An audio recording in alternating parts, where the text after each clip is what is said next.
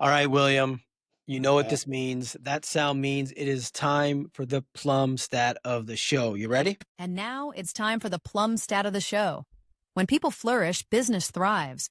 Unlock the benefits of 360-degree talent insights at plum.io. I am ready.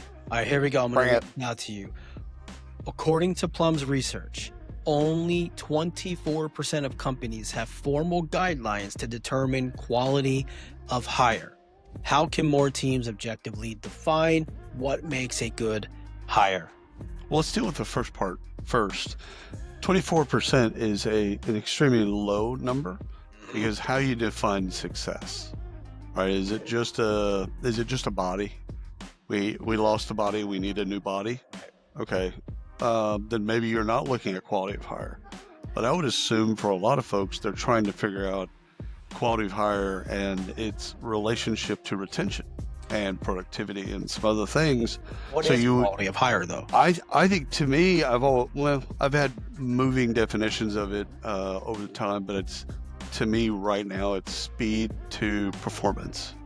So Yeah. how fast can you get that person to a better than average performance level? Yeah. I never thought for me, and this might go against what a lot of people think. I've never tied quality of hire to length of employment. No, me neither. I just don't think that, I mean, you can be an average C player and be Right. there for 15 years, right? You could be in the fucking basement getting paid. Like it's Yeah, totally yeah, happened. yeah. Um, but speed to performance is a good way to put it, I think, right? If It's I can get speed to performance and I can get that performance and retain it, oh hell yeah. right. Well, but that performance, see, this is where that I think that goes out. Performance, good performance Yeah, yeah. after 18 months, maybe you don't need it anymore. You need a different type of performer or a different type Right. of skill set, right? But So the it's number that a quarter, 24%, a quarter are going out and finding talent and they're not having the discussions internally about what is quality of hire, what is success. they don't even know what it That is. that's insane. Yeah. Like that, talking to the hiring manager, you're just talking about criteria, hiring criteria, but you're not talking about what is quality of hire. I, I think Yeah. that is horrible. Yeah. Let me ask you this. Do you think, and I got my opinion on this, do Yeah. you think quality of hire is based on the hiring manager's perception of definition of hire of quality of hire, Should be, or is it company? should be hiring manager. It Solely should because hiring manager? yeah, because well, if everything watersheds from company objectives, then you're not going to deal with things that are outside of Yeah. or in conflict with. But the hiring manager is going to have to deal with the talent. So, like Yeah. the company's not going to, the hiring manager is going Yeah. to. Yeah. So, I've always thought that, I always thought I agree with the watershed idea. I've always thought yeah, company from quality of hire should be defined at the company level.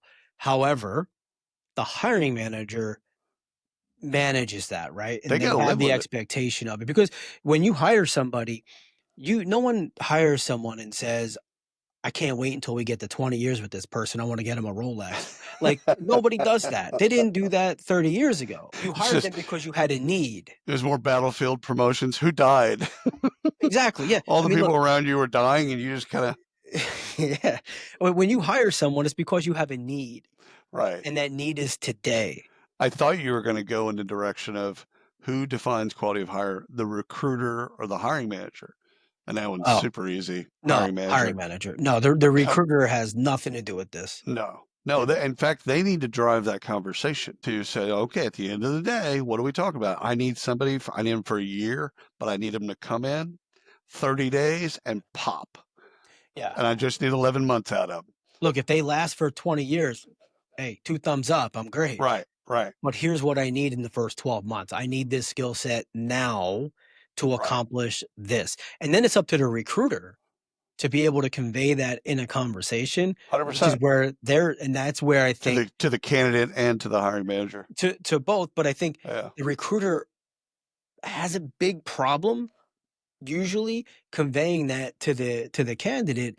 Therein lies the issue. They get right. hired because the hiring manager's like, oh, completely vetted, and they've done the interview, they vetted Right. themselves, Yeah. but still the expectation It's always going back to, right, like, to the recruiter's "Oh, well, Ryan told me that we're gonna be doing this. That's great, we are doing this, but did he also tell you, 'Here's my Right. expectations'?"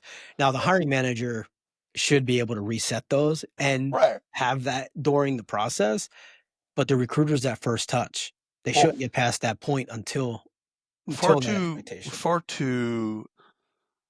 You mentioned something a second ago that basically says, you can be a C player or a D player and be there for 20 years, and it's a big Yeah. giant. So what? That's inertia. You need some of those employees anyhow. You don't need everyone to be an all-star.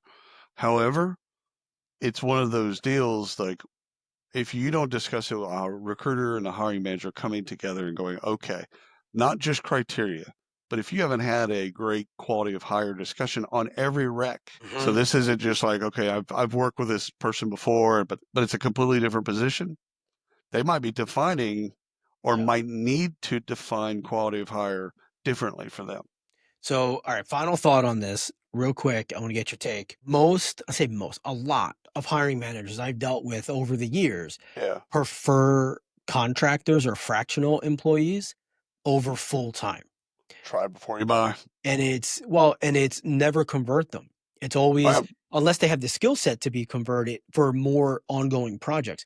Right. I guess it really depends on where they're going in, right? Tech, engineering, they're coming in for something very specific. Right. Solve a problem, and then we can move on. What are your thoughts Yeah. on that? First of all, it's using an employment status that again, if everyone's on board with it, you're a contractor, you don't have the expectation to come on full time.